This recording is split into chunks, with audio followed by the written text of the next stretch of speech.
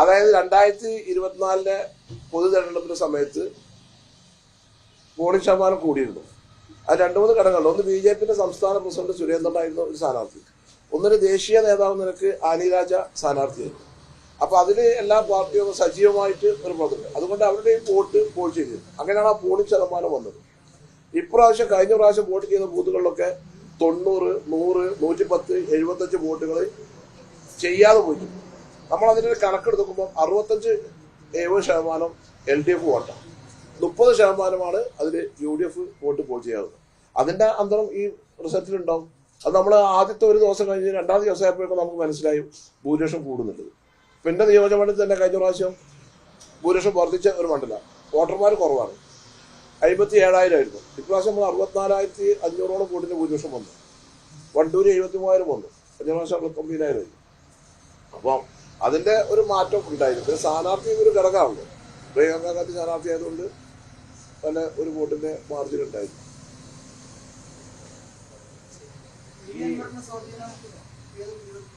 കടലിന്റെ കായ കേൾക്കണമാതിരി നിങ്ങളെന്താ ഈ പറയുന്നത്? പ്രിയങ്ക ഗാന്ധിയുടെ നേതൃത്വത്തിൽ ഈ ഗവൺമെന്റ് സ്വാധീനം ഉണ്ടായിരുന്നു. നിങ്ങളെന്താ ഈ പറയുന്നത്? കാരണം ആ തെരഞ്ഞെടുപ്പ് ഈ തെരഞ്ഞെടുപ്പ് അവിടെ പോയി അവിടെ പോയി കണ്ട് SDPക്കാരെ വിധം കൊടുത്തില്ലല്ലോ ചേലക്കരാർക്ക്. അതൊക്കെ ഇതിന്റെ ഭാഗമല്ലേ, അതൊക്കെ എണ്ണത്തിൽ കൂട്ടാൻ പറ്റും. ഇവിടെ 6 സ്വാധീനം. നിങ്ങളിപ്പോ പത്രക്കാർക്ക് ഒരു 1.5 മാസങ്ങൾ അൻവർ ആദ്യം പറഞ്ഞ കാര്യങ്ങളൊക്കെ വളരെ ക്ലിയർ ആയിരുന്നു. പിന്നെ നിങ്ങൾ അൻവറിനെ പിന്നെ അൻവറിനെ കൊണ്ട് ഇങ്ങനെ പത്രസമ്മേളനം നടത്തിക്കല്ലേ. പിന്നെ അൻവറിൻ്റെതായ അഭിപ്രായം ഉണ്ടാവും. അതിലിപ്പോ ഞാൻ അഭിപ്രായം പറഞ്ഞിട്ട് ഒരാളല്ല.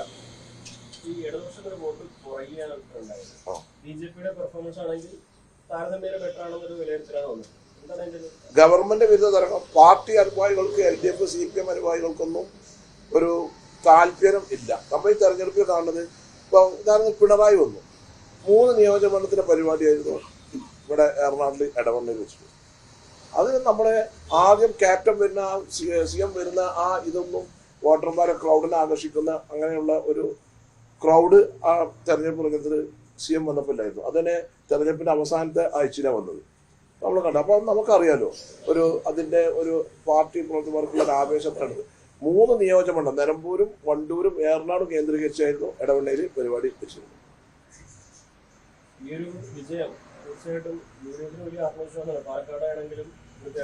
എന്താ സംശയം? ഇല്ല പെട്ടിയും ഇല്ല പോലീസും ഇല്ല മഫ്തി പോലീസും പിന്നെ മന്ത്രിമാരും എല്ലാവരും കൂടി എന്തൊക്കെ നാടകം ഉണ്ടാക്കിയത്. പിന്നെ ഒന്നുണ്ട്, ഈ വന്നുകൂടിയാലൊക്കെ ഏറ്റെടുക്കണം പാർട്ടിക്കാർ ശ്രദ്ധിക്കണം.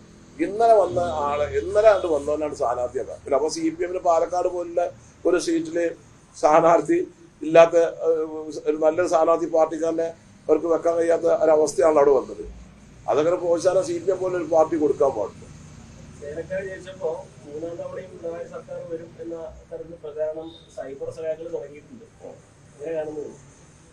ചേലക്കരയില് കഴിഞ്ഞ പ്രാവശ്യം 2016 റിസൾട്ടാണ് എടുക്കേണ്ടത്. 2024 പാർലമെന്റ് അല്ലല്ലോ എടുക്കേണ്ടത്. അത് 39,000 വോട്ട് ഉണ്ടായിരുന്നല്ലോ എന്റെ മന്ത്രിക്ക് ഭൂരിപക്ഷം രാധാകൃഷ്ണൻ.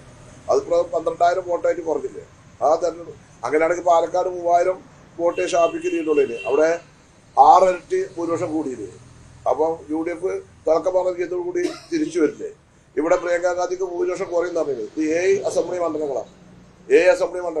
അതിൽ മാനന്തവാടി CPM ജയിച്ചതാ, അതുപോലെ നിലമ്പൂര് CPM ജയിച്ചതാ, തിരുവമ്പാടി CPM ജയിച്ചതാ. നിലമ്പൂർ 65,000 വോട്ടിന്റെ ഭൂരിപക്ഷമാണ് പ്രിയങ്ക ഗാന്ധിക്ക്. തിരുവമ്പാടി 53,000 വോട്ടിന്റെ ഭൂരിപക്ഷമാണ് ഇപ്രാവശ്യം.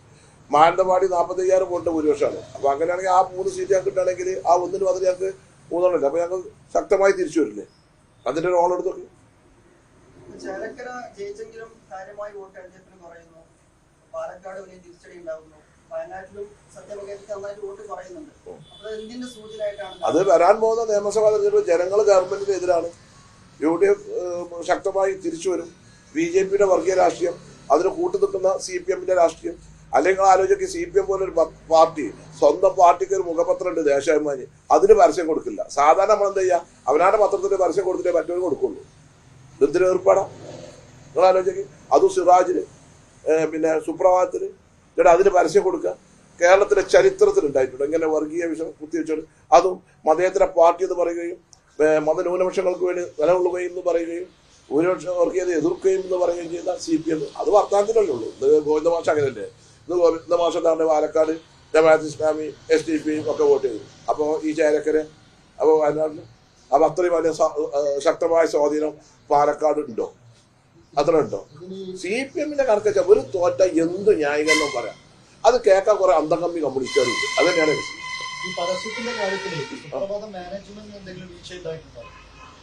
അത് അവർ പരിശോധിക്കേണ്ടതാണ്. ആ മാനേജ്മെന്റ് പരിശോധിക്കേണ്ടതാണ്. അതിപ്പോ വീഴ്ച ഉണ്ടായിരുന്നു അതിന്റെ ഒരു വൈസ് ചെയർമാൻ പറയുന്നുണ്ടല്ലോ, അന്ന് ഈ ചാനലിലൊക്കെ വന്നല്ലോ. കഴിഞ്ഞ തവണയും ഇതുപോലെ തെരഞ്ഞെടുപ്പ് നടന്നപ്പോൾ തെരഞ്ഞെടുപ്പ് നടന്നപ്പോൾ അതുപോലെ ഇതുപോലെ പരസ്യം കൊടുത്തു. CPM ഇതേ സാഹചര്യത്തിൽ പരസ്യം കൊടുത്തു. പക്ഷെ അതും വലിയ ഒരു ഇളക്കമൊന്നും ഉണ്ടാക്കിയില്ല. UDF കാര്യമായി വോട്ട് കിട്ടുന്ന സാഹചര്യമൊക്കെ ഉണ്ടായിരുന്നു. വീണ്ടും തുടരുകയാണ് ഈ ഒരു സംഭവം. ഇതിൽ ശരിക്കും ഉത്തരവാദിത്വം ആർക്കാണ്? പത്ര മാനേജ്മെന്റിനാണോ അതോ സംസ്ഥയ്ക്കാണോ? അത് പരസ്യം കൊടുക്കുന്നത് CPM അല്ലേ. പിന്നെ പണം കിട്ടുമ്പോൾ എന്ത് പരസ്യം കൊടുക്കണം എന്നുള്ളത് പത്രത്തിന്റെ മാനേജ്മെന്റും അത് ഏത് ഇതിനു വേണ്ടിയാണ് ആ പത്രം നിലകൊള്ളുന്നത് അതിന്റെ ആശയങ്ങൾക്കനുസരിച്ച് അവർ തീരുമാനിക്കേണ്ടതാണ്. ഇതൊക്കെ ജനവിലയത്തിന്റെ ഭാഗമായിട്ടാണല്ലോ ആ തെരഞ്ഞെടുപ്പ് സമയത്ത് ആ പരസ്യം കൊണ്ട് പാലക്കാട് ഇത്രയധികം നല്ല റിസൾട്ട് UDF ഉണ്ടാകാൻ കാരണം. സാധാരണക്കാരായ കമ്മ്യൂണിസ്റ്റുകാർക്കൊന്നും ആ പരസ്യമായി കൊടുത്തിട്ട് യാതൊരു യോജിപ്പില്ലല്ലോ. ഈ പാലക്കാട്ടെ വിജയം പരസ്യം പ്രസിദ്ധീകരിച്ചവർക്കും കൂടിയുള്ള ഒരു തിരിച്ചറിയാനുള്ള അവസരം കൂടിയല്ലേ? എന്താ അംശം? ഒരു കാര്യമുണ്ട്, ജനങ്ങൾ, കേരളത്തിലെ ജനങ്ങൾ ഇപ്പൊ മലപ്പുറത്തായാലും പൊന്നാനിയിലായാലും പാലക്കാടായാലും മറ്റു ഭാഗങ്ങളിലായാലും കേരളത്തിലെ ജനങ്ങൾ നല്ല സാമാന്യ രാഷ്ട്രീയ ബോധം ഉള്ളവരാണ്. അവരൊന്നും ഈ വർഗീയ താല്പര്യങ്ങൾക്കൊന്നും ആരും നിൽക്കില്ല.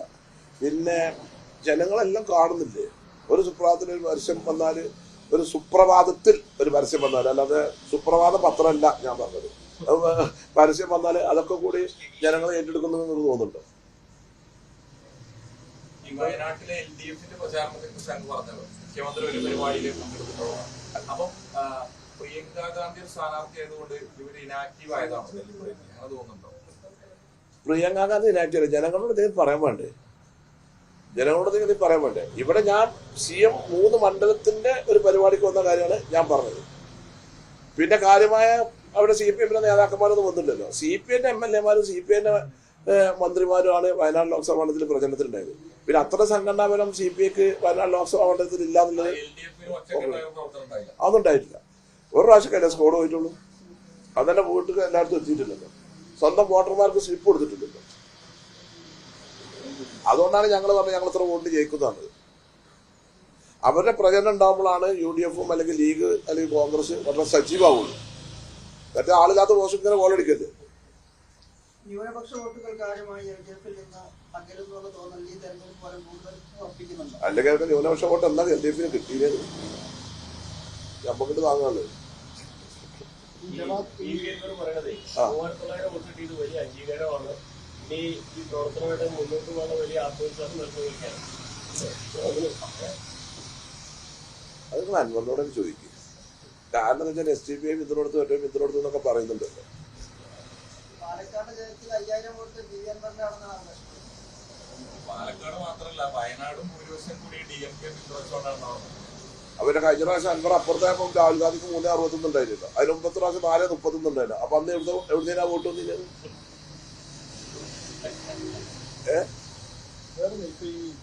CPM ഈ പാലക്കാട് സാഹിത്യ ആദ്യം SDP ജമാഅത്ത് ഇസ്ലാമി ബന്ധം നിരന്തരമായിട്ട് പറയുന്നു. അതിനുശേഷം ഇലക്ഷനൊക്കെ കഴിഞ്ഞ ശേഷം തങ്ങൾക്കെതിരെ തന്നെ രംഗത്ത് വരുന്നൊരു സാഹചര്യം ഉണ്ടായി. പക്ഷെ കഴിഞ്ഞ തവണ എങ്ങനെയായിരുന്നില്ല. ന്യൂനപക്ഷ പീഡനമായിരുന്നു ലക്ഷ്യം. അതോ ഇപ്പോ നിലപാട് മാറ്റുകയാണ്? അതെന്താ ഞങ്ങളെ കുറെ കാലമായി ഒരു നമ്മളെ വിട്ടുവീഴ്ചകൾ ഇങ്ങനെ നടക്കുന്നത്. കിട്ടൂലാന്ന് കണ്ടപ്പോൾ ഇനിയിപ്പോൾ നമ്മൾ നിർത്താല്ലാതെ യാതൊരു രക്ഷയില്ലല്ലോ. അതിനായതിന്റെ പ്രശ്നം. ഈ ജമാഅത്ത് ഇസ്ലാമി കുറെ 35 കൊല്ലം ജമാഅത്ത് ഇസ്ലാമിന്റെ വോട്ട് വാങ്ങിയവരില്ല CPM, SDPIന്റെ വോട്ട് വാങ്ങിയവരില്ല CPM. എന്ന് ഇവർക്ക് അലർജി ഉണ്ടായത്? കിട്ടുന്നുണ്ടെങ്കിൽ അപ്പുറത്തേക്ക് പോകില്ലേ? നിങ്ങൾ ആ ഈരാറ്റുപേട്ട ആ ഭാഗങ്ങളിലെ മുനിസിപ്പാലിറ്റിയും കാര്യങ്ങളൊക്കെ നോക്കേണ്ടി. ആ ഭാഗത്തിലെ പഞ്ചായത്തുകൾ, കൊല്ലം ഭാഗത്തിലെ പഞ്ചായത്തുകൾ SDPIന്റെ പിന്തുണയോടുകൂടിയല്ലേ CPM ഭരിക്കുന്നത്. പ്രചാരണത്തിലുടനീളം പ്രാദേശിക തലങ്ങളിൽ ഉൾപ്പെടെ പ്രിയങ്ക ഗാന്ധി എത്തിയിരുന്നല്ലോ വിവിധ പരിപാടികൾ പങ്കെടുക്കാൻ. അപ്പൊ ആ സമയത്ത് LDF നടത്തിയിരുന്നൊരു വാദം വിജയിച്ചു പോയി കഴിഞ്ഞാൽ മണ്ഡലം തിരിഞ്ഞു നോക്കില്ല എന്നുള്ളതാണ്. ഇപ്പൊ പ്രിയങ്ക ഗാന്ധിയെ സംബന്ധിച്ച് എന്നാ വരുന്നത് തീരുമാനിച്ചിട്ടുണ്ടോ? അതിനുശേഷമുള്ള ഒരു പരിപാടികൾ അല്ല. LDF പറഞ്ഞ സ്ഥാനാർത്ഥി ഒരു വലിയ നേതാക്കന്മാരൊക്കെ ആകുമ്പോൾ എന്നും ഇവിടെ അങ്ങനെ പെറ്റെടുക്കാൻ പറ്റും. നിങ്ങളെന്താ ഈ പറയുന്നത്? അതിന്റെ ഒക്കെ ഓരോ നിഷ്പന്ന നേതാക്കന്മാരില്ല.